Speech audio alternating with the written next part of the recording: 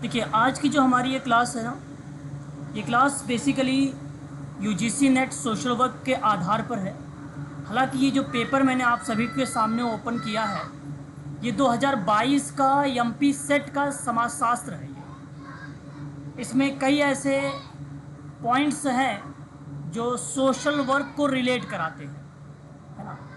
तो मैं चाहूँगा कि आप लोग इस क्वेश्चन पेपर को सॉल्व करें, क्योंकि ये इम्पॉर्टेंट है। आपके यूजीसी नेट सोशल वर्क के सिलेबस को टच करता है। सेकंड यूनिट भी है आपका, रिसर्च भी है, इंडियन कॉन्स्टिट्यूशंस भी इससे रिलेटेड है।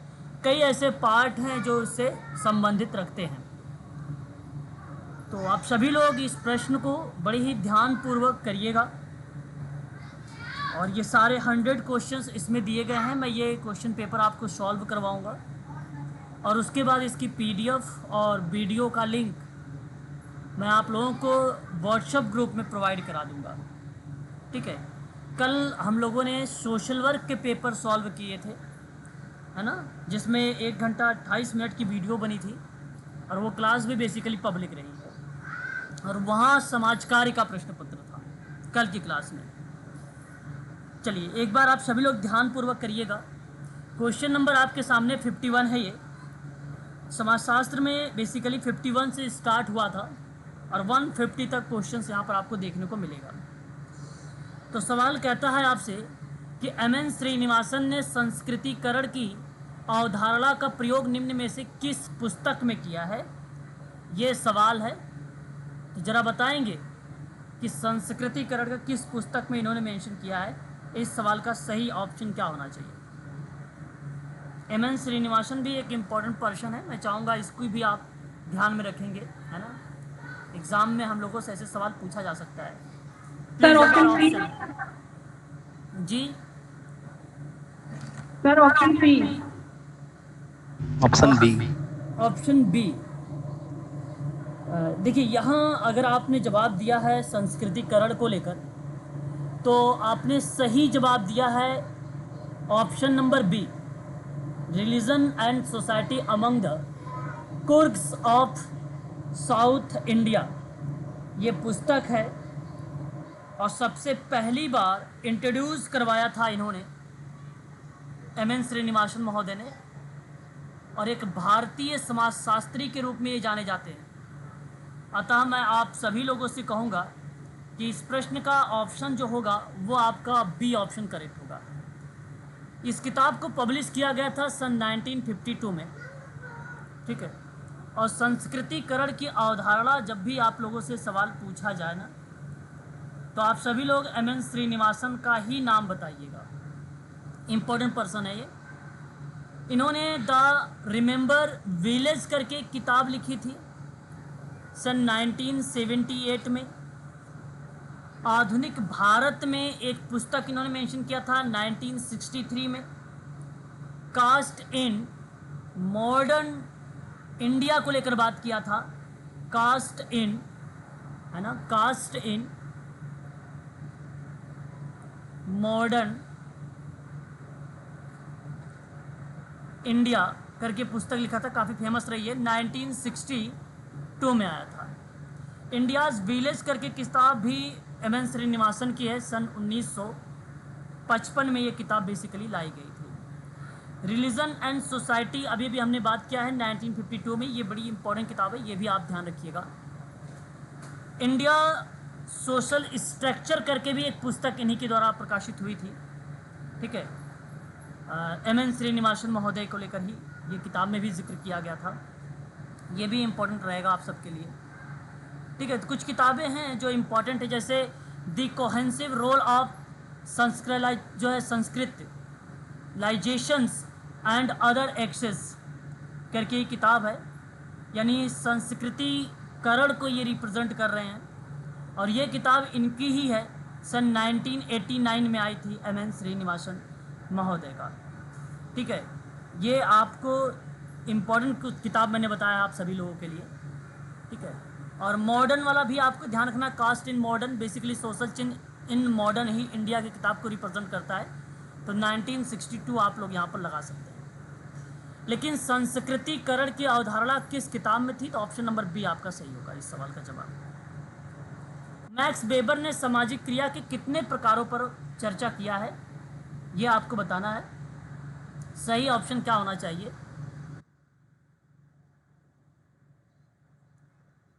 बताइए, सही ऑप्शन यहाँ पर क्या होना चाहिए? मैक्स वेबर के अकॉर्डिंग हम लोग बात कर रहे हैं। नहीं पता सर। नहीं पता। 4 टाइप की आती है भूमिका, और ऑप्शन आपका यहाँ पे जो जाएगा वो ऑप्शन बी सही होगा। 4 श्रेणियों में विभाजित किया है। पहले नंबर पर आप लोग नोट कर लीजिएगा पारंपरिक सामाजिक क्रिया। दूसरे नंबर पर आप लोग नोट कर लीजिएगा भावनात्मक सामाजिक क्रिया। और तीसरे नंबर पर नोट करिएगा मूल्यों के साथ तर्क संगत सामाजिक क्रिया। और चौथा साधनात्मक सामाजिक क्रिया। ये मैक्स वेबर ने सामाजिक क्रिया के सिद्धांत में सामाजिक क्रिया के 4 प्रकारों के बारे में उल्लेख किया है। ये 4 के 4 नाम आपके सत्य होते हैं, अतः आप लोग कहेंगे कि ऑप्शन जो बी है आपका ये करेक्ट जवाब है। ये स्टडीज इन एथनोमेट्रोलॉजी पुस्तक के लेखक कौन है? ये भी किताब फेमस रही है। इस पुस्तक के लेखक में किस विद्वान का नाम आप चुनना उचित समझेंगे?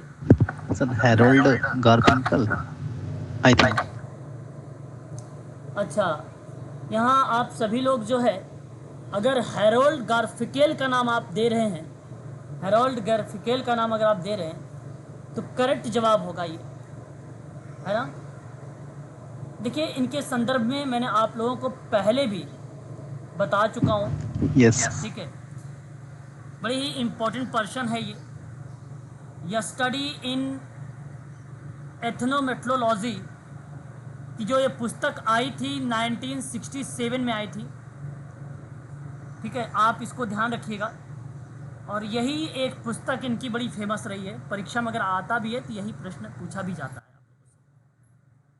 समाजशास्त्र में सामाजिक तथ्यों के अध्ययन पर किसने बल दिया है? Email Durkheim.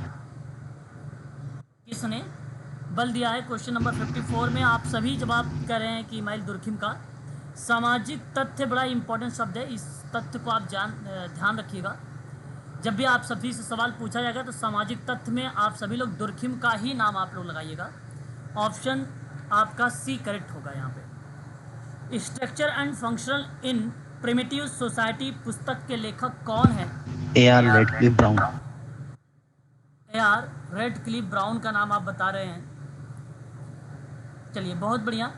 यहाँ अगर मैं आपसे बात करता हूँ तो इस पुस्तक के लेखक रेडक्लिफ ब्राउन का ही नाम सही है ना। इम्पॉर्टेंट ये पुस्तक है। और इस किताब में जब भी भूमिका पूछी जाती है तो अल्फ्रेड रेडक्लिफ ब्राउन का ही नाम हमें देखने को मिलता है। सन 1952 में ये किताब बेसिकली प्रकाशित की गई थी रेडक्लिफ ब्राउन के द्वारा। अतः विकल्प आपका तीसरा वाला सही चला जाएगा। भारत में जातीय भारतीय आर्य संस्कृति का ब्राह्मण बालक है जो गंगा और यमुना के मैदानों पर एक प्रकार से पोषित हुआ है और उधर से देश के अन्य भागों में पहुंचा है। यह कथन किस विद्वान का है? ये डेफिनेशंस आपको बताने हैं। एम.एन. श्रीनिवासन या सर जी.एस. घुरैया में से एक हो सकता है, लेकिन सर आपने एम.एन. श्रीनिवासन की तरफ रुख किया था। बिल्कुल, यहाँ आपका सही ऑप्शन जो जाएगा वो घुरैया का ही होगा। जी.एस. घुरैया का नाम यहाँ पे करेक्ट जवाब होगा, ना कि एम.एन. श्रीनिवासन का ऑप्शन करेक्ट होगा। ठीक है, तो ऑप्शन नंबर बी आपका यहाँ पे करेक्ट होगा, जो गंगा और यमुना के मैदानों पर पोषित हुआ है।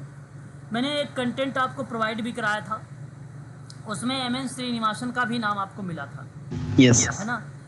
लेकिन यहाँ पे आयोग के पॉइंट ऑफ व्यू से अगर मैं आप लोगों से बात कर रहा हूँ तो आयोग ने यहाँ पे जो झुकाव किया है वो ऑप्शन नंबर बी की तरफ झुकाव किया है, एम.एन. श्रीनिवासन की तरफ झुकाव किया है। और एम.एन. श्रीनिवासन का ही आप लोग फिर लगाने का प्रयास करिए, क्योंकि एमपी सेट का पेपर है और एमपी सेट में ही अगर आपसे पेपर में आएगा तो आएगा ये पेपर में क्वेश्चन, ध्यान रखेंगे। और उस पर आपको यही घुरैया का ही नाम लगाना होगा आप लोगों को। The phenomenology of the social world नामक पुस्तक किसके द्वारा ये लिखित है या किसके द्वारा ये लिखा गया है? इस किताब के लेखक कौन है? अल्फ्रेड सूटस का नाम आता है। सूट। हाँ, यहाँ आपका ये ऑप्शन सही चला जाता है। अच्छा, अगर आपसे ये किताब पूछता है कि ये प्रकाशित कब हुई, देखिए इसे कई एडिशन है ना, कई एडिशन के रूप में ये प्रकट हुआ है। मैं हालांकि आप सभी को यहाँ पर बताऊँगा 1967 का वर्ष जो है अल्फ्रेड सूटस यहाँ पे सही होंगे, है ना। हमने देखो यूनिट नंबर फर्स्ट के संबंध में बहुत सारी बातें किया है, वहाँ पर इन किताबों वगैरह के बारे में चर्चा हो चुकी है हम लोगों की। अपनी किस पुस्तक में इरविन गॉफमैन ने नाटकीय उपागम यानी अभिनय शास्त्रीय उपागम का उल्लेख किया है? ये आपके सामने सवाल है, क्या जवाब देना उचित समझेंगे आप? The presentation of self in everyday life. जी, ऑप्शन नंबर आपका क्या होना चाहिए यहाँ पे? आई थिंक सी। जी, यदि ऑप्शन आप यहाँ पे सी बता रहे हैं सर, तो इरविन गॉफमैन की पुस्तक यही बेसिकली है जिसमें नाटकीय उपागम के बारे में चर्चा परिचर्चा सन 1956 में किया गया था। 1956 में यानी 1956 में इन्होंने अपनी भूमिका को यहाँ पर अदा किया था। कहने का आशय यह है कि पुस्तक में आत्म प्रस्तुति सिद्धांत के रूप में ज्ञात एक सिद्धांत का प्रस्ताव दिया गया था, ठीक है। तो उसी प्रक्रिया में ये कॉन्सेप्ट आता है नाटकीय उपागम। तो द प्रोटेस्टेशन है ना, प्रेजेंटेशन द प्रेजेंटेशन या presentations of self in everyday life करके पुस्तक आती है। और इस पुस्तक के जो लेखक हैं इरविन गॉफमैन है। कब आया है? 1956 में आया है। ये किताब में कौन से उपागम की बात की गई है? तो नाटकीय उपागम के बारे में बात की गई है। ये 2-3 बात यहाँ से बन सकती है, 2-3 क्वेश्चंस आपको बना सकता है यहाँ से। किसने आधुनिक समाज के लिए नेटवर्क को मूल इकाई माना है? क्वेश्चन नंबर 59 किसने?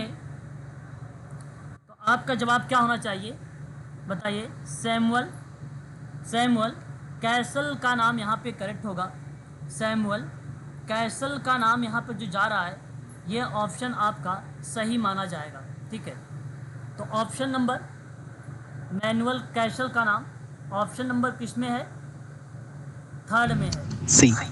हाँ, तो इसलिए मैं आप लोगों से कहूँगा कि सी वाले ऑप्शन का आप सभी लोग चुनाव करिए, ठीक है। तो इसमें इनकी कई कॉन्सेप्ट है, हालांकि कम्युनिकेशन पावर के बारे में भी इनकी भूमिका आती है और नेटवर्क सोसाइटी में भी इनकी रोल आता है, ठीक है। नेटवर्क सोसाइटी में भी इनका रोल हमें देखने को मिलता है, ठीक है। याद रखिएगा 2 कॉन्सेप्ट मैंने बताया आपको इनके बारे में, एक तो कम्युनिकेशन पावर और दूसरा आप यहाँ पे नेटवर्क को मूल इकाई के रूप में, या आप कह लीजिए नेटवर्क सोसाइटी।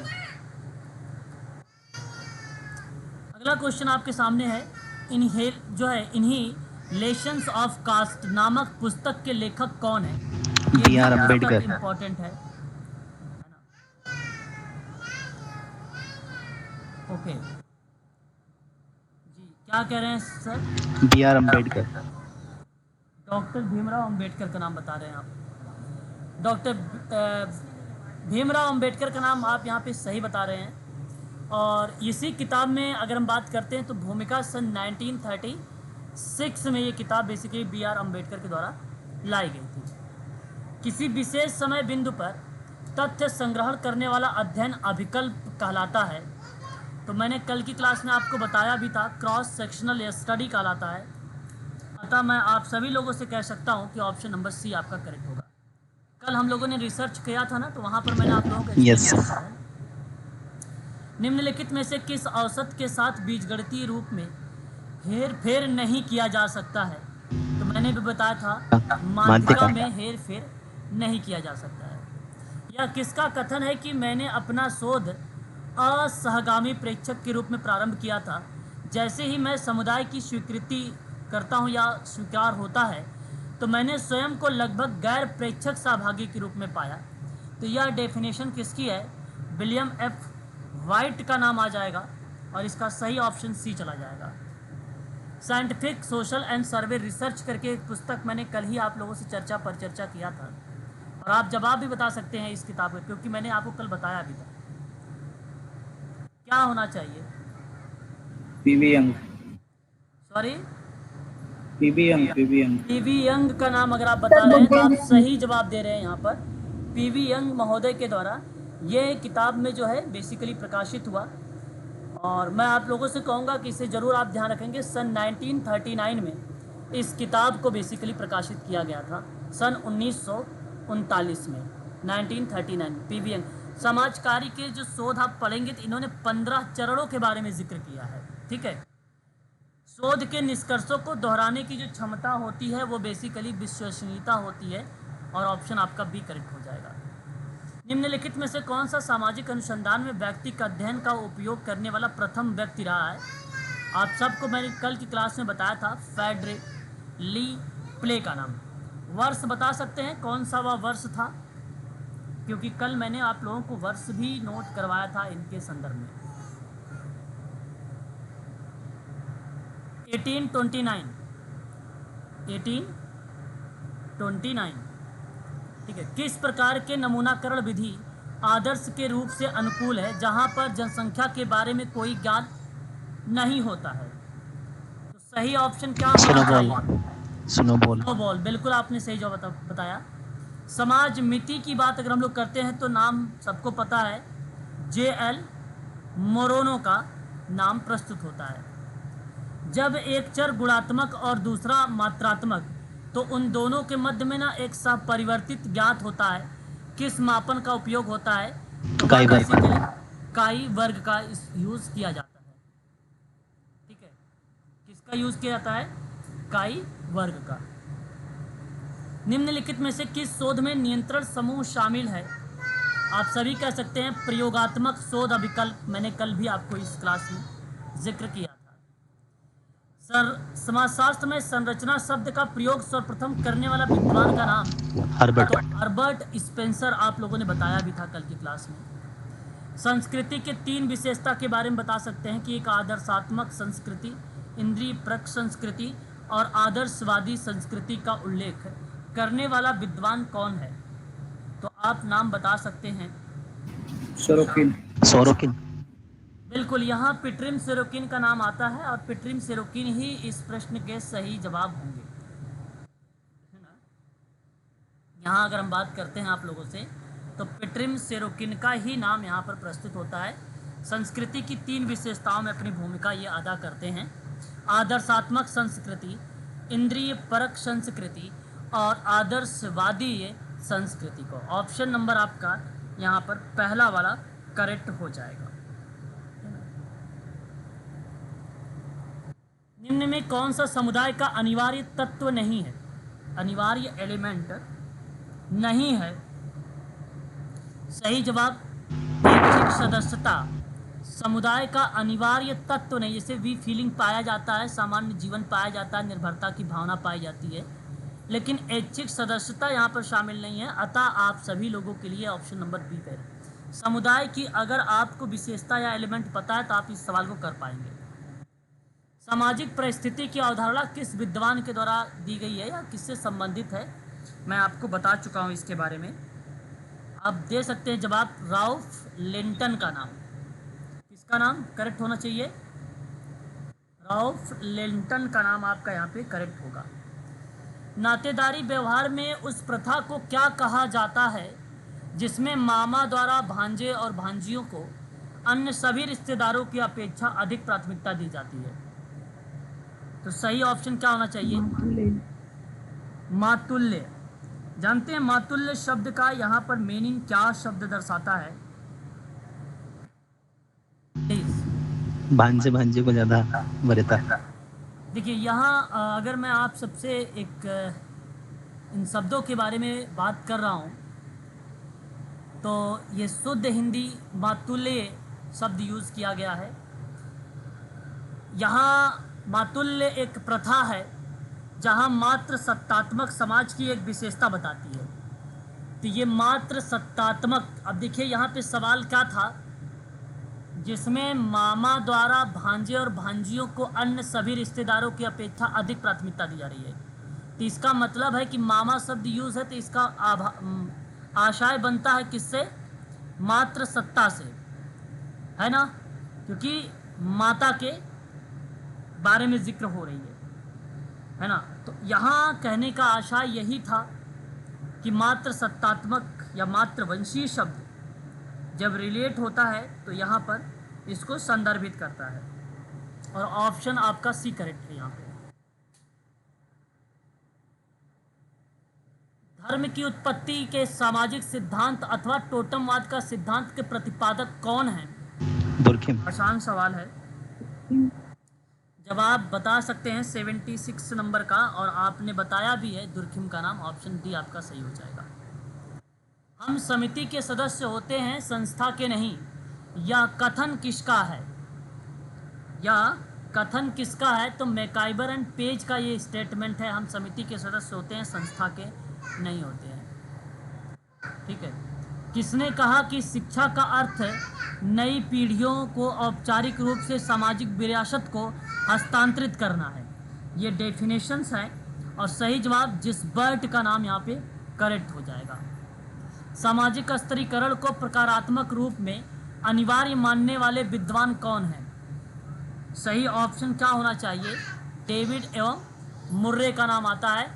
सामाजिक स्तरीकरण जब लिखा हो और साथ में कहा जाए प्रकारात्मक, उपागम, प्रकार, अनिवार्य, विद्वान, इन सभी कंसेप्ट में नाम जो है डेविड का नाम, किंग्सले डेविस का नाम और विल्मर्ट मुर्रे का नाम, दो लोगों का नाम पेपर में आता है। ठीक है, याद रखिएगा इस सवाल का सही ऑप्शन जो होगा वो सी वाला होगा। किसने कहा संस्कृतिकरण की प्रक्रिया एक दो तरफा प्रक्रिया है? संस्कृतिकरण की दो तरफा है। एम.एन. श्रीनिवासन का नाम यहाँ पे करेक्ट होगा, डॉक्टर श्रीनिवास। आंद्रे बेतई के अनुसार जो है ना, कृषि सामाजिक संरचना का अध्ययन किन प्रमुख विद्वानों के चारों ओर घूमता है? ऑप्शन क्या होना चाहिए? तकनीकी व्यवस्था, सामाजिक व्यवस्था। ऑप्शन नंबर सी करेक्ट होना चाहिए यहाँ पे। किसके अनुसार ब्रिटिश काल में भारतीय गांव छोटे गणराज्य थे? भारतीय गांव छोटे गणराज्य थे। Question number sir Henry. बिल्कुल, सर हेनरी एस मेन के द्वारा ये कॉन्सेप्ट दिया गया है। ब्रिटिश काल में ना भारतीय गांव छोटे गणराज्य, ये स्टेटमेंट है, छोटे गणराज्य। ऑप्शन बी को आप लगाइएगा। लुईस बर्थ के द्वारा ना शहरीकरण की स्थिति निर्धारित करने के लिए किन मानदंडों की पहचान नहीं की गई थी? लुईस बर्थ का नाम आपके सामने प्रस्तुत है। क्या ऑप्शन यहाँ पे करेक्ट होना चाहिए?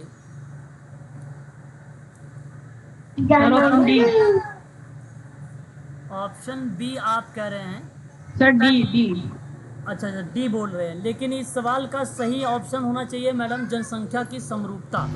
हाँ सर। ठीक है, मेरे कहने का आशय इस सवाल के परिप्रेक्ष्य में अगर हम लोग बात कर रहे हैं तो very very most important person, और वो पर्सन का नाम है लुईस बर्थ, है ना, और इंटरनेशनल सोशोलॉजिकल एसोसिएशन के ये प्रेसिडेंट रह चुके हैं, और इन संदर्भ में इनका नाम बड़ा ही फेमस रहा है। और इनके अंतर्गत बेसिकली अगर हम बात करते हैं शहरीकरण जैसी प्रक्रिया पर ये बात करते हैं। शहरीकरण की जीवन शैली पर अगर किसी ने गहन चर्चा किया है तो वो लुई बर्थ ने किया है, और वहाँ पर बताया है जनसंख्या की समरूपता के बारे में। ठीक है, तो ऑप्शन नंबर आपका सी ही करेक्ट जवाब होगा। कौन सी जाति व्यवस्था को हिंदू धर्म के फौलादी ढांचा मानता है? बताइए। फौलादी ढांचा मानता है। इस सवाल का सही ऑप्शन क्या होना चाहिए? ए आर देसाई का नाम करेक्ट होना चाहिए। ऑप्शन नंबर आपका ए यहाँ पर सही जाएगा। भारतीय समाज में डैश से अधिक समूह है जिन्हें आधिकारिक रूप से अनुसूचित जनजातियों के रूप में नामित किया गया है, और मैं आप सभी से कहूँगा कि 600। यहाँ पर जो ऑप्शन आपका आएगा वह ऑप्शन आपका ए वाला करेक्ट जवाब माना जाएगा।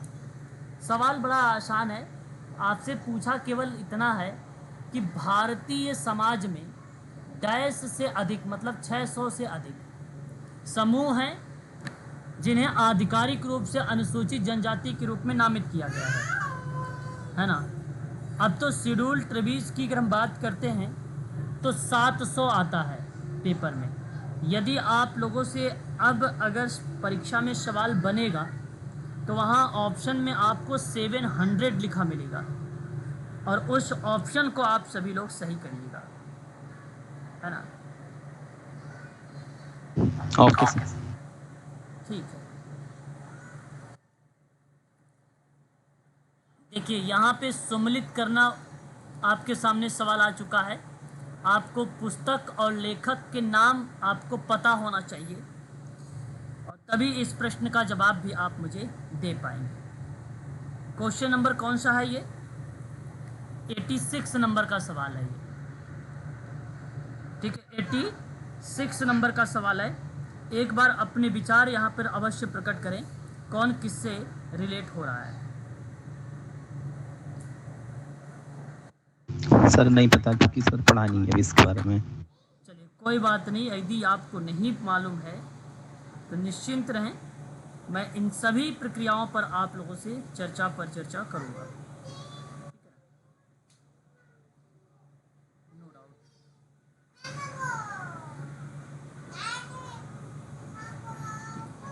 चलिए तब तक तो कुछ तो आप अपने विचारों को प्रकट तो कर ही सकते हैं कि कौन विद्वान चंपारण किसको वर्मा रिलेट कराने राजेंद्र वाला प्रसाद है। जी है क्या?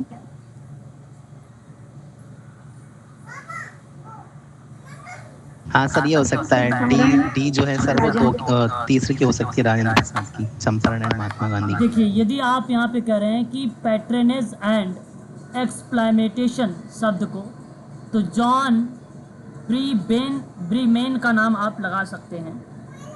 पीजेंट स्ट्रगल इन इंडिया की बात करते हैं तो आप AR देसाई का नाम लगा सकते हैं। पीजेंट मूवमेंट इन इंडिया की बात करते हैं तो DN धनागरे का नाम लगा सकते हैं। चंपारण एंड गांधी जी का नाम, राजेंद्र प्रसाद का नाम लगा सकते हैं। तो पहले का 4 हो जाएगा, दूसरे का 1 हो जाएगा, तीसरे का 2 हो जाएगा और चौथे का 3 हो जाएगा। तो ये ऑप्शन आपका जो है करेक्ट हो जाएगा, 4 1 2 3, है ना। तो एक बार देखिए 4 1 2 3 ऑप्शन नंबर आपका तीसरा यहाँ पर रिलेट हो जा रहा है, इसलिए तीसरा ऑप्शन सही हो जाएगा। किसके अनुसार बाजार के नेतृत्व करने वाले शहरीकरण को धीमा करने वाले और हतोत्साहित का मतलब होता है कम करने वाले सभी प्रयास विफल और अनुत्पादक रहे हैं। तो यहाँ आप सभी लोग किसका नाम लगाएंगे? रोजर जेटर का नाम। डी ऑप्शन आपका सही हो जाएगा। आगे देखिए, कथन आपके सामने दिया गया है और कथन के आधार पे अवधारणा आपको बताना है। और कथन के आधार पे जब आप अवधारणा बताएंगे तो आप सीधा सीधा मैच कर सकते हैं किराएदार और उप किराएदार और बटाईदारों से किराया एकत्र करना बेसिकली क्या कहलाता है, एक प्रकार की इसकी अवधारणा मालिक से टच होती है। खेतों में काम करने वाले कृषक जिसकी संपत्ति में हित निहित होता है तो वहाँ पर ये बेसिकली स्टेटमेंट किसान दर्शा देता है। मुख्य रूप से अन्य भूमि पर काम करने वाली अपनी आजीविका कमाने के परिप्रेक्ष्य में आप यहाँ पे बटाईदार को नाम दे सकते हैं, बटाईदार। और बिना सुरक्षा के पट्टे और पर दूसरों के लिए खेती तो वह मजदूर का पार्ट हो सकता है। तो आप देखिए ऑप्शन में लाइए।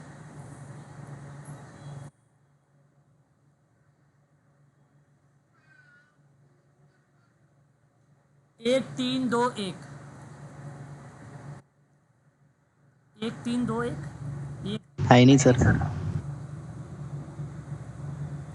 4 का 4 हो रहा है। 1 ए 3 2 है सर, 4 ए 1 3 1 3 2 4 1 एक 3 तीन 2 4। ये भी बी नहीं सर। है। यहाँ पर आपका ये गलत हुआ है ना। सर तीसरा गलत है शायद।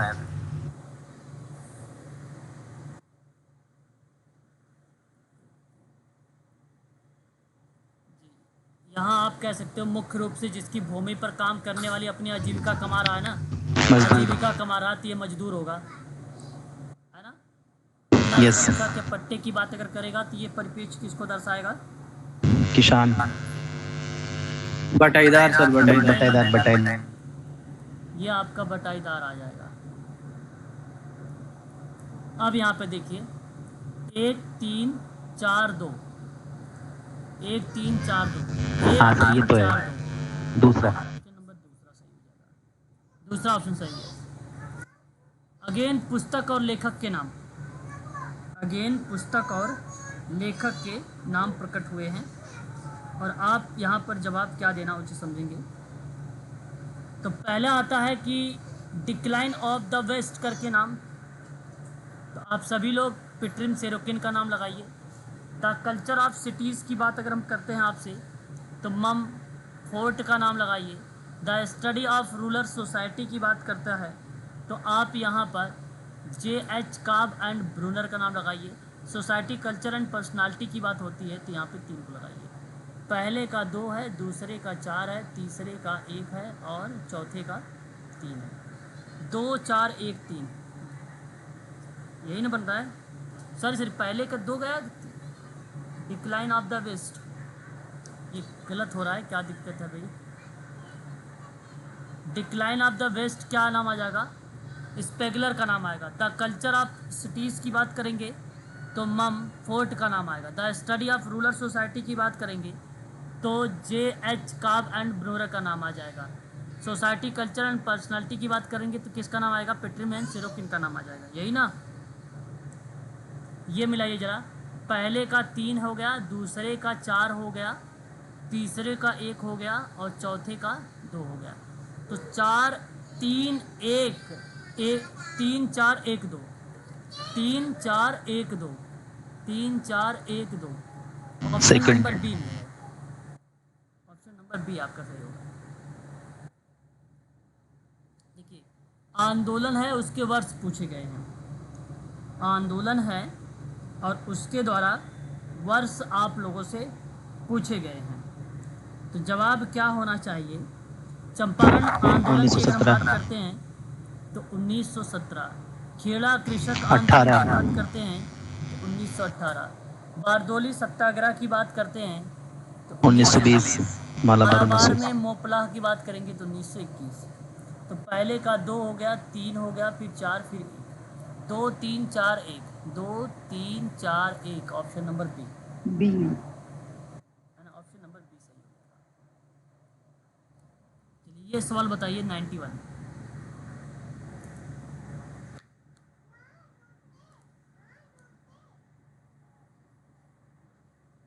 बताइए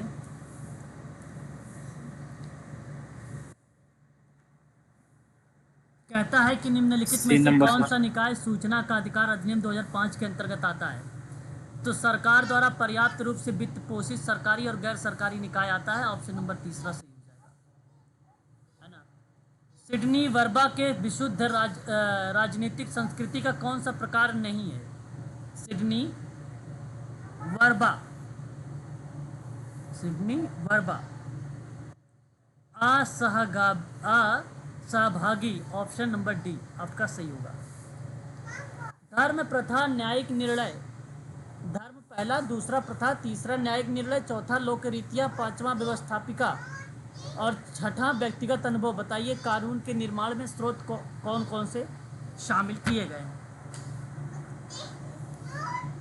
केवल अगर मैं आपसे बात करता हूँ 4 वाले को, लोक रीतियाँ जनरीतियाँ को छोड़ दीजिए, बाकी कानून के निर्माण के स्रोत हैं। अतः मैं कहूँगा कि 1 2 3 5 को करेक्ट करिए, छठे को भी हटा दीजिए, व्यक्तिगत अनुभव भी, व्यक्तिगत अनुभव। अगला सवाल सम्मिलित करने वाला है क्वेश्चन, है ना, और इसको आपको आइडेंटिफाई करके सम्मिलित करके बताना है। तो क्या ऑप्शन यहाँ पर होना चाहिए? अनैतिक व्यापार रोकथाम अधिनियम है, ये कब बेसिकली प्रकाशित किया गया था? क्वेश्चन नंबर कौन सा है ये? 94 का है। क्वेश्चन नंबर आपके सामने 94 है। जवाब आसान है, 1956 बता सकते हो।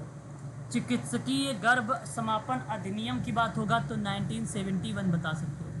घरेलू हिंसा से महिला संरक्षण अधिनियम 2005 बता सकते हैं। 2005। विधवा हिंदू विधवा पुनर्विवाह अधिनियम 1956। सब आमने सामने मैच हुए हैं, अतः 1 2 3 4 को लगा सकते हो ऑप्शन नंबर पहले को। निम्न में बताइए कौन से संयुक्त राष्ट्र के अंतर्गत अंतर्राष्ट्रीय एजेंसियों द्वारा नीति निर्माण का क्षेत्र शामिल नहीं किया गया। सर धार्मिक मामले। ओके, मैं आप सबसे कहूंगा कि ऑप्शन यहाँ पर जाएगा धार्मिक मामले ही ऑप्शन करेक्ट होगा, option number A, sorry C. किस समाजशास्त्री ने उत्तर भारत के गांवों का अध्ययन करके उस निष्कर्ष निकाला कि प्रत्येक गांव अपने गुटों में विभक्त है?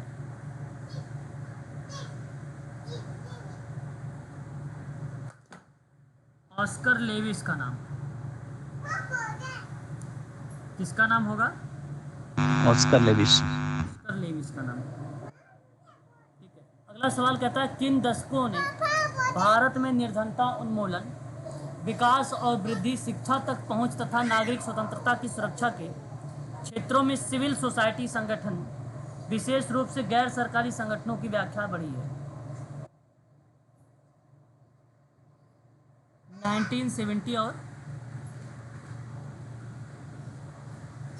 80 का दशक, सेंचुरी।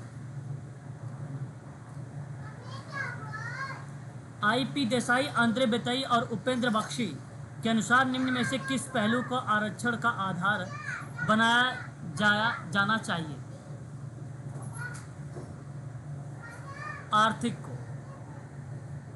देसाई, आंद्रे बेतई, उपेंद्र बख्शी धार्मिक आरक्षण का आधार बनाना चाहिए, ये बात इन्होंने कहा है। ठीक है, निम्न में से किसने सर्वप्रथम सविनय अवज्ञा शब्द का प्रयोग किया है?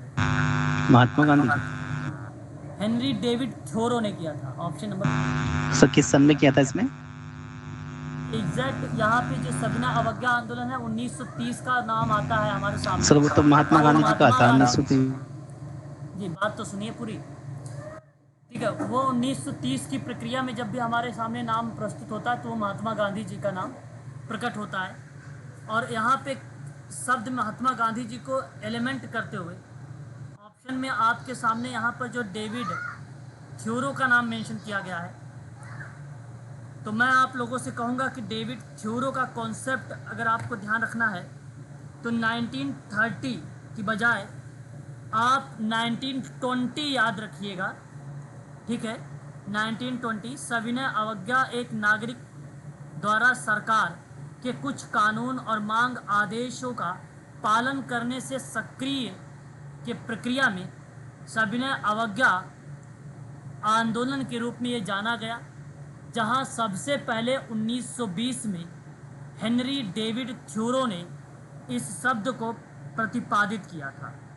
ठीक है, तो 1920 ऑप्शन आपका यहाँ पे करेक्ट माना जाएगा। और महात्मा गांधी जी का नाम 1930 में सविनय अवज्ञा आंदोलन के जनक के रूप में जाने जाएंगे। ठीक है, और सर्वप्रथम शब्दों के रूप में तो डेविड का नाम आएगा, सर्वप्रथम जहाँ लिखा रहेगा वहाँ पे। निम्न में कौन सा दबाव समूह का एक विशेषता नहीं है? ये क्वेश्चन नंबर 100 है। इसका सही जवाब ऑप्शन नंबर आपका सी है, प्रत्यक्ष रणनीति करना। सर इसको एक्सप्लेन कर दीजिए प्लीज। जी क्या कह रहे हैं सर? एक्सप्लेन कर दीजिए सर इसको, दबाव समूह। सर इसमें ये तो मुझे समझ आ रहा है कि सब ठीक है। प्रेशर ग्रुप, ओके बिल्कुल सुनिएगा मेरी बात को ध्यान से। देखिए दबाव समूह को हम लोग बेसिकली बोलते हैं प्रेशर ग्रुप। प्रेशर ग्रुप का ही एक पार्ट है, हम लोग वकालत समूह के रूप में जानते हैं इसको। वकालत समूह जिन्हें लॉबी समूह, हित समूह, विशेष हित समूह, दबाव समूह या सार्वजनिक संघ, इसके कई नाम हैं, इसके कई नाम हैं। जनता की राय और अंतिम सार्वजनिक नीति को प्रभावित करने के लिए वकालत या पैरवी कि जो विभिन्न रूप होते हैं उनका उपयोग करने के संदर्भ में दबाव समूह की विशेषता को बेसिकली प्रस्तुत किया जाता है। और दबाव समूह के अंतर्गत हम जैसे जो इस समय रिश्वतखोरी चल रहा है, भ्रष्टाचार चल रहा है, अपराध चल रहा है, उन्हीं पर मैनिपुलेट करने की प्रक्रिया करते हैं, तो वो दबाव समूह के माध्यम से करते हैं। और प्रत्यक्ष रणनीति करते हैं, ये प्रत्यक्ष रणनीति ना करके बाकी देखो औपचारिक, संरचनात्मक औपचारिक, निर्णय की प्रक्रिया को प्रभावित और अप्रत्यक्ष रणनीति, ये 3 शब्द शामिल है, लेकिन तीसरा वाला ऑप्शन जो सी है ये शामिल नहीं है। सर ये तो बिल्कुल एक एनजीओ की टाइप, जैसे एक एनजीओ वर्क करता है वैसे ही वर्क करता है फिर ये तो। बिल्कुल सेम वही कार्य, वही गुट समूह, वही प्रेशर दबाव है, ठीक है। एनजीओ की तरह ही ऐसे काम होता है, एनजीओ में ही काम होता है, ठीक है। लेकिन थोड़ा सा कार्य करने के जो तरीके होते हैं वो हट के होते हैं। जो वर्तमान में चुनौतियाँ हैं, जो विवाद हैं, उन्हीं को सुलझाने के लिए इस पे बल दिया जाता है। और हालांकि वही लक्ष्य रहेगा, लोगों के लाभ पहुंचाना। मौन वस्तु विनिमय निम्नलिखित में से किस 2 जनजातियों के बीच में पाया जाता है?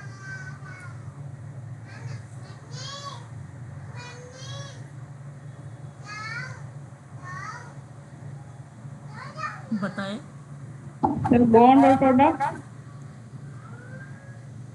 यहाँ पर सेमोंग और सकाई का नाम आएगा, ऑप्शन नंबर तीसरा सही होगा। सर ये वाले जो क्वेश्चन है सर कहाँ से उठाए जाते हैं ये सर सिलेबस में से?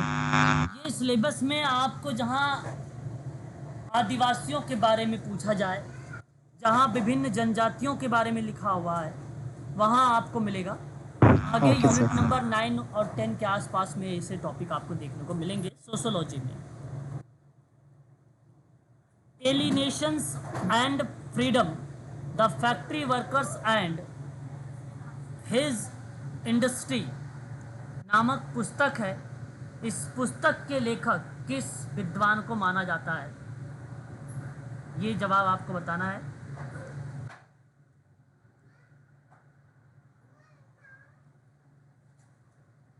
क्या नाम लगाना उचित समझेंगे please? Option D. Option A होगा मैडम, ऑप्शन ए होगा। रॉबर्ट बॉब ब्लोनर का नाम आता है, और ये occupational sociology of relationship in the USA between social structure in industries technique जैसी प्रक्रिया पर बात करते हैं सन 1964 में, 1964 में। डी स्कूलिंग शब्द का प्रतिपादन देखिए, मैं ये पढ़ा चुका हूँ। D schooling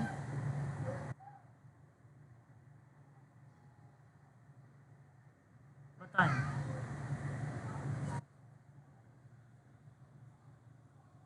Harry Braverman, option number C, 1974। ये मैंने नोट करवाया है ना आप लोगों को।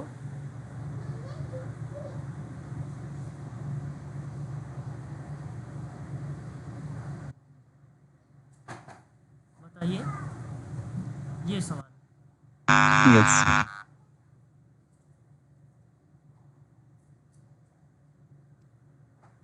देखिए यहाँ पे अगर आपने मिलर का नाम देख रहे हैं, विसेंट जे मिलर, तो सही जवाब होगा, ठीक है, ऑप्शन नंबर बी।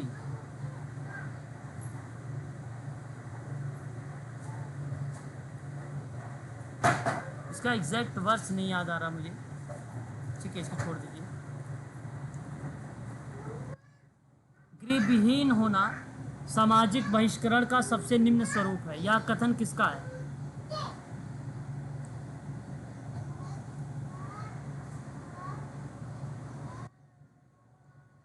एंथोनी गिडिंस का नाम है।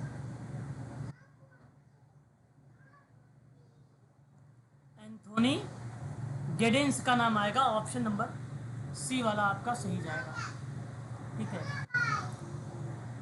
19वीं शताब्दी में महिलाओं को सार्वजनिक क्षेत्र से बहिष्कृत रखा गया था, क्योंकि औद्योगिक पूंजीवाद ने मध्यम वर्ग के घर को कार्यस्थल से पृथक रखा।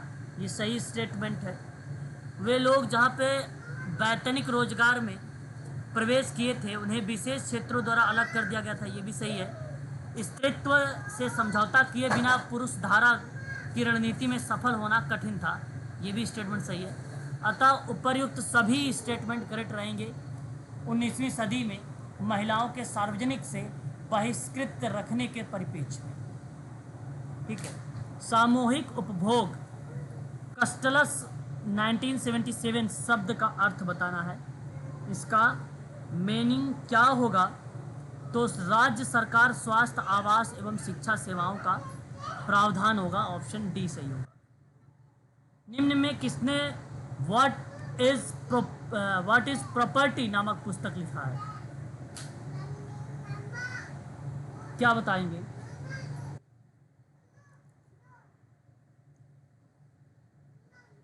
बताइए। व्हाट इज प्रॉपर्टी मतलब स्वामित्व वाले वस्तुएं के बारे में बात हो रही है।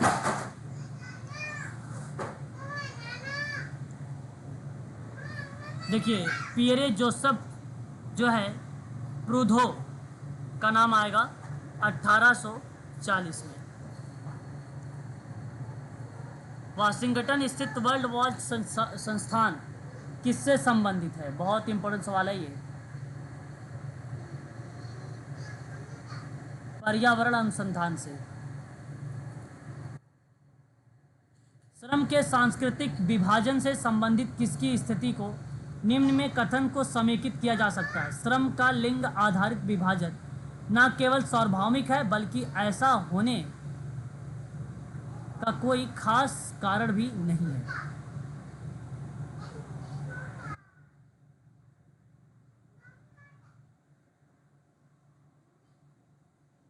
बताइए। 110 नंबर का सवाल। एन ओकेल का नाम आएगा। एन ओकेल का नाम। निम्न में कौन सा पर्यावरणीय आंदोलन नहीं है?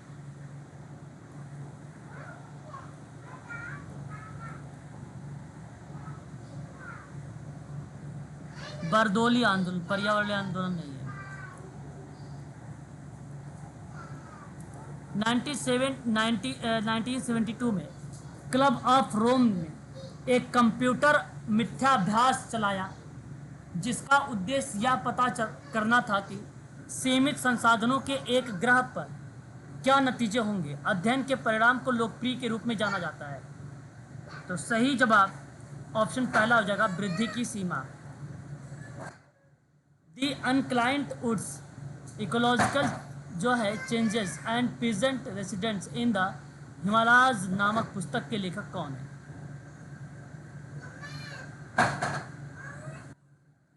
ऑप्शन ए आपका करेक्ट हो जाएगा। रामचंद्र गुहा का नाम हमारे सामने प्रस्तुत होगा। ठीक है।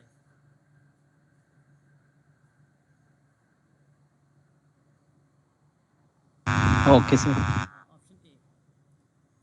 मनुष्य की गतिविधि का संपूर्ण ग्रीन हाउस गैस उत्सर्जन से जलवायु पर प्रभाव का माप मतलब कितना कार्बन डाइऑक्साइड आप उत्सर्जित करते हैं और कितना जलवायु परिवर्तन में योगदान करते हैं, डैश कहलाता है।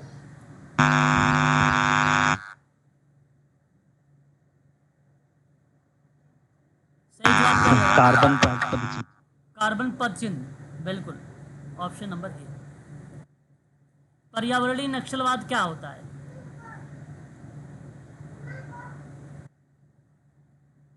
वह तरीका जिसके द्वारा गरीबों विशेष कर अल्पसंख्यक में पर्यावरणीय खतरे अधिक होते हैं। ऑप्शन सी सही है।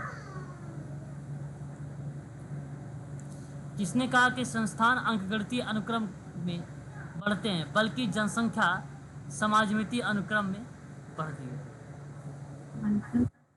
बताइए जी। माल्थस का नाम आ जाएगा। संसाधन अंकगणितीय अनुक्रम से बढ़ते हैं जबकि जनसंख्या ज्यामितीय अनुक्रम से बढ़ती है। ऑप्शन सी सही होगा। निम्न में कौन जो है माइकल सर्निया द्वारा बताया गया दरिदा जोखिम मॉडल का हिस्सा नहीं है? Option D. अकेलापन हिस्सा नहीं है। इनमें से कौन भारत के बिजली उत्पादन का एक प्रमुख स्रोत नहीं है? जियोथर्मल। संयुक्त राष्ट्र सामान्य सभा द्वारा किस दशक को प्राकृतिक आपदा और अंतर्राष्ट्रीय दशक घोषित किया गया है? 1990 और 2000 को। ऑप्शन नंबर डी सही है। यूनियन कार्बनिक रासायनिक कीटनाशक संयंत्र ने सन 1984 में गैस रिसाव के परिणाम स्वरूप हजारों लोग मारे गए थे। यह स्थिति है कहाँ की? भोपाल। Gopal. भोपाल की।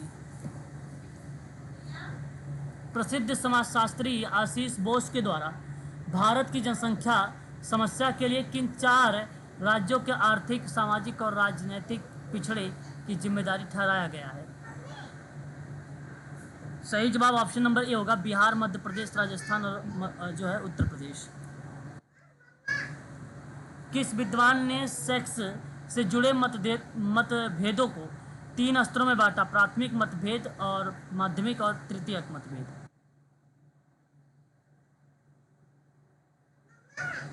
Havelock Ellis. Option number B. The second sex पुस्तक के विद्वान का नाम बताइए, मैंने इसके बारे में पढ़ाया है।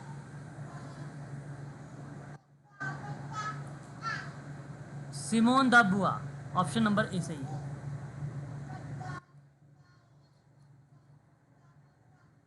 यह किसने कहा कि लिंग विभिन्नता सांस्कृतिक उत्पादन है?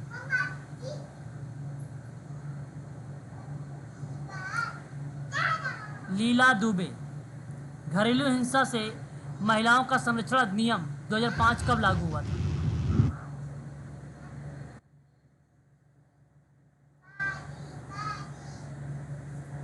बताइए।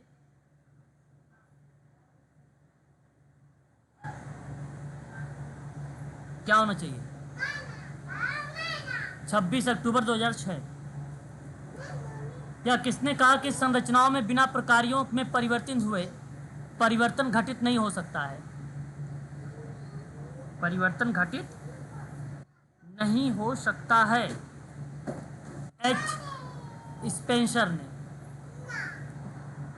यह किसने कहा कि परिवार पति पत्नी और बच्चों से निर्मित एक जैविक सामाजिक इकाई है? एलियट एंड मेरिल ने कहा है। सर इससे लास्ट वाला क्वेश्चन बता दीजिए, हर्बर्ट स्पेंसर वाला। क्या बता दें इस वाले क्वेश्चन को? Question number 126। Yes yes. देखिए इसमें ये एक स्टेटमेंट है। ये स्टेटमेंट जो है दिया गया है और सिंपल है। कहता है कि संरचनाओं में या संरचनाओं में बिना प्रकार की, मतलब बिना फंक्शन के, बिना कार्य के परिवर्तित घटित नहीं होते हैं। बिना कार्य, जब कोई प्रकार ही होता तभी कोई घटना घटित भी होती है, तभी कोई घटना घटित होती है। अतः मैं आप सबसे कहूँगा ये नाम जो है स्पेंसर का आता है कि संरचनाओं में बिना प्रकार के परिवर्तित हुए परिवर्तन घटित नहीं हो सकता। ये स्टेटमेंट है। निम्नलिखित आयाम मतलब क्षेत्र में कौन सा एक आयाम ग्लोबल जेंडर गैप सूचकांक में शामिल नहीं है?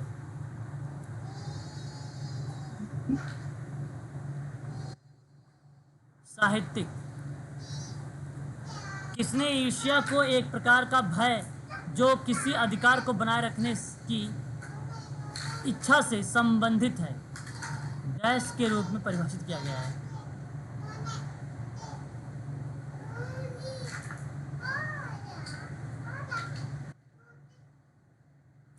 सही जवाब क्या हो जाएगा? डेकार्त। 129 का। जानते हैं डेकार्त क्या होता है? नहीं सर, बता दीजिए। ओके, बिल्कुल बताएंगे मैडम। देखिए ये एक ऐसा शब्द है ना, जहाँ डेकार्त शब्द यूज किया गया है। किसने ईर्ष्या को एक प्रकार का भय जो किसी अधिकार को बनाए रखने की इच्छा से संबंधित है। ये परिभाषा डेकार्ट एक विद्वान है, साइंटिफिक हैं, फिलोसोफर हैं, फ्रांस की रहने वाले विद्वान हैं, मेल हैं ये, और इनके द्वारा ये परिभाषा दी गई है क्वेश्चन नंबर 129 का। रेने डेकार्ट का नाम आता है। यह मत किस सिद्धांत से संबंधित है जहां समाज वृद्धावस्था तक पहुंचने पर लोगों की जिम्मेदारी के पदों से हटकर अपने व्यवस्थित संचालन को आगे बढ़ाता है।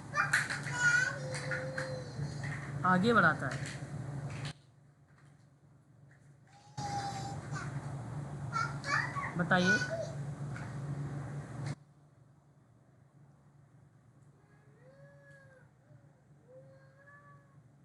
ए ऑप्शन सही है, विघटन का सिद्धांत। रूपावली पैराडाइम विश्व को सामान्य तरीके से देखने का माध्यम है जो यह सुझाव देता है कि विज्ञान में क्या देखना है, करना है और सिद्धांतीकरण होना चाहिए। यह विचार किस विद्वान का है? थॉमस एस कुहन का है।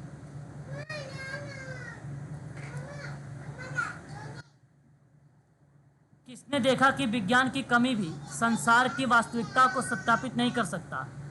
इसका कार्य मिथ्या सिद्ध करना और यह दिखाना है कि क्या नहीं है, क्या नहीं होगा, है ना। सही ऑप्शन क्या होना चाहिए? कार्ल पॉपर का नाम। वैज्ञानिक कार्य 4 प्रमुख मानदंडों पर आधारित है, निम्न में बताइए कौन सा गलत है? फिर संकीर्णता गलत है। डोना हार्वे ने सन 1991 में एक बहुत ही उकसाने वाली किताब प्रिंसिपल साइबोर्ग्स और वुमेन्स प्रकाशित किया। यहाँ साइबोर्ग्स है क्या? संकर प्रणाली, हाइब्रिड इसको कहा जाता है, हाइब्रिड संकर। ऐसी संस्तर की व्याख्या जो सूचना के अमीर मतलब हॉब्स, गरीब हॉब्स नॉट पर आधारित है तथा जो नई सूचना तकनीकी के विकास से जुड़ा हुआ है, डैश कहलाता है।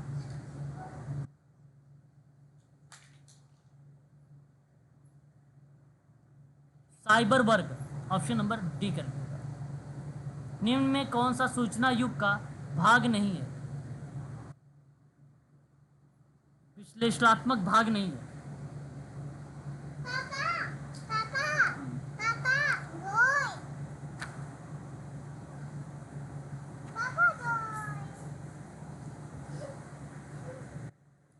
मिनट होल्ड रखना।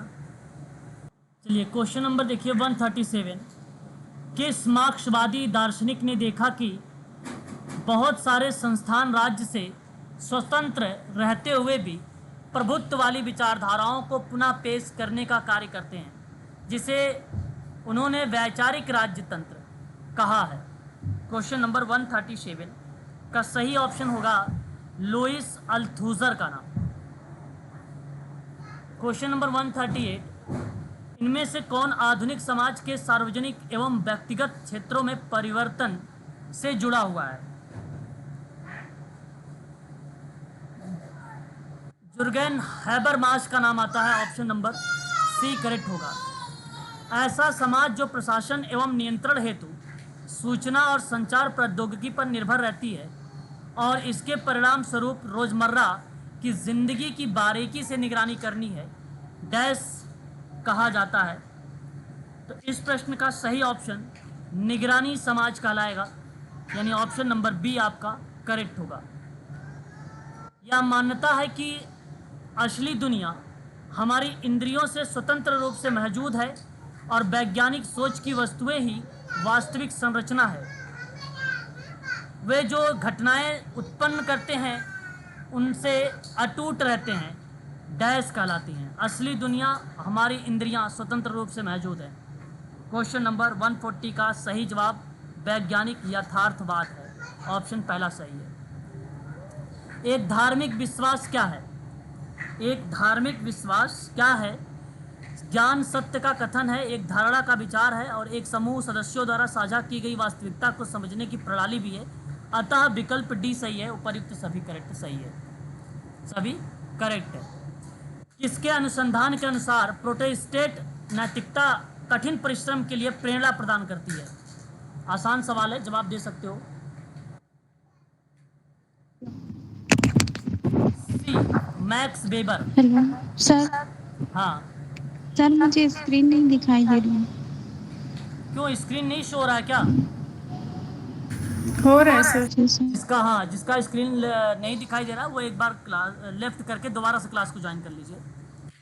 किसने अपनी पुस्तक द ब्यूटीफुल ट्री में विद्वानों की इन गलत धारणाओं का उल्लेख किया कि भारत में अंग्रेजों के आने से पहले शिक्षा की स्थिति खराब थी?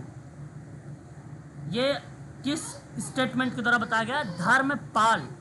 यहाँ पे धर्मपाल के द्वारा ये द ब्यूटीफुल ट्री में दर्शाया गया है। 144 में भारत के ब्रिटिश शासन के अधीन सर्वप्रथम 3 विश्वविद्यालय की स्थापना कब की गई थी? भारत में ब्रिटिश शासन के अधीन 144। सही जवाब 1957, 1857 में। जहां कुछ धार्मिक संगठन दिए गए हैं, आपको यहां आइडेंटिफाई करना है। यहां कुछ धार्मिक संगठन दिए गए हैं, उनमें से कौन कौन से धार्मिक संगठन जो है यहाँ पर प्रस्तुत हो रहे हैं? शंकराचार्य का एक धार्मिक संगठन है, रामानुज का एक धार्मिक संगठन है, चैतन्य का धार्मिक संगठन है, दयानंद सरस्वती का धार्मिक संगठन नहीं है, और वल्लभाचार्य का धार्मिक संगठन है। तो आप यहाँ पर लगा सकते हैं 1 2 3 5, 1 2 3 5 ऑप्शन नंबर डी में है, और आपका ऑप्शन डी सही है। किसने अपनी पुस्तक सोसाइटी कल्चर एंड पर्सनालिटी में इस बात पर विशेष बल दिया कि सामाजिक वातावरण कला से संबंधित सामाजिक प्रक्रियाओं, कला की आत्मनिर्भरता तथा रचनात्मक प्रक्रियाओं पर महत्वपूर्ण प्रभाव डालता है? क्वेश्चन नंबर 146 का सही जवाब क्या होना चाहिए? तो सेरोकिन का नाम आप यहाँ पर लगाएंगे। नारीवाद की कौन सी लहर नारीवादियों ने जैविक भिन्नता के लिए सेक्स का तथा सामाजिक भिन्नता के लिए जेंडर शब्द का प्रयोग किया है? सही जवाब दूसरी लहर यहाँ पर करेक्ट स्टेटमेंट होगा। कौन सी लहर थी? दूसरी लहर थी। क्वेश्चन नंबर 148 आपके सामने दिया गया है। हरे कृष्ण आंदोलन। हरे कृष्ण आंदोलन किससे संबंधित है? हरे कृष्ण आंदोलन किससे संबंधित है? बताइए स्वामी प्रभुपाद जी। स्वामी प्रभुपाद। आर्य समाज आंदोलन किससे संबंधित है? दयानंद सरस्वती। भावातीत ध्यान आंदोलन किससे संबंधित है? महेश योगी जी। महेश योगी महर्षि महेश योगी। ब्रह्म समाज आंदोलन किससे संबंधित है? राजा राम मोहन राय। तो पहले का 3 गया है, दूसरे का 4 है, तीसरे का 1 है, चौथे का 2 है।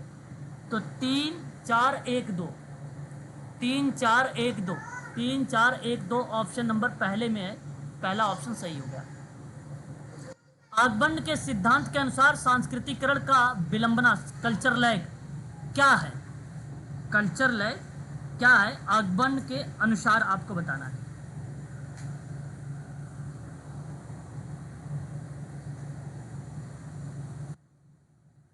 नए आविष्कारों के लिए संस्कृति के गैर तकनीकी पहलुओं का समायोजित करने में देरी। Option number D culture lag का मीनिंग है आगबंड के द्वारा। ऑप्शन नंबर डी सही है। हाल के अकॉर्डिंग सांस्कृतिक पहचान क्या है? सांस्कृतिक पहचान क्या है? तो हमारे बारे में लगातार बदलते जो विवरण है वही बेसिकली कहलाता है आपका सांस्कृतिक पहचान। ऑप्शन नंबर बी करेक्ट है। ठीक है, तो ये समाजशास्त्र का पेपर था आप लोगों के सामने। लगभग 150 क्वेश्चन थे। ध्यान रखेंगे ऐसे प्रश्नों को भी, हो सकता है मे भी एक आध प्रश्न आपके पेपर में देखने को मिल जाए। ठीक है, और एमपी सेट के लिए तो इम्पोर्टेंट था ही था। ठीक है, तो शाम को क्लास नहीं होगी। ठीक है, आप लोगों की। अगर कोई क्लास रहेगी तो मैं आपको पहले आधे घंटे पहले आपको सूचित कर दूंगा, ठीक है। तो आज के लिए बस इतना ही, ठीक है ना। ये वीडियो और PDF मैं अभी आप लोगों को शेयर कर रहा हूँ आपके ग्रुप में।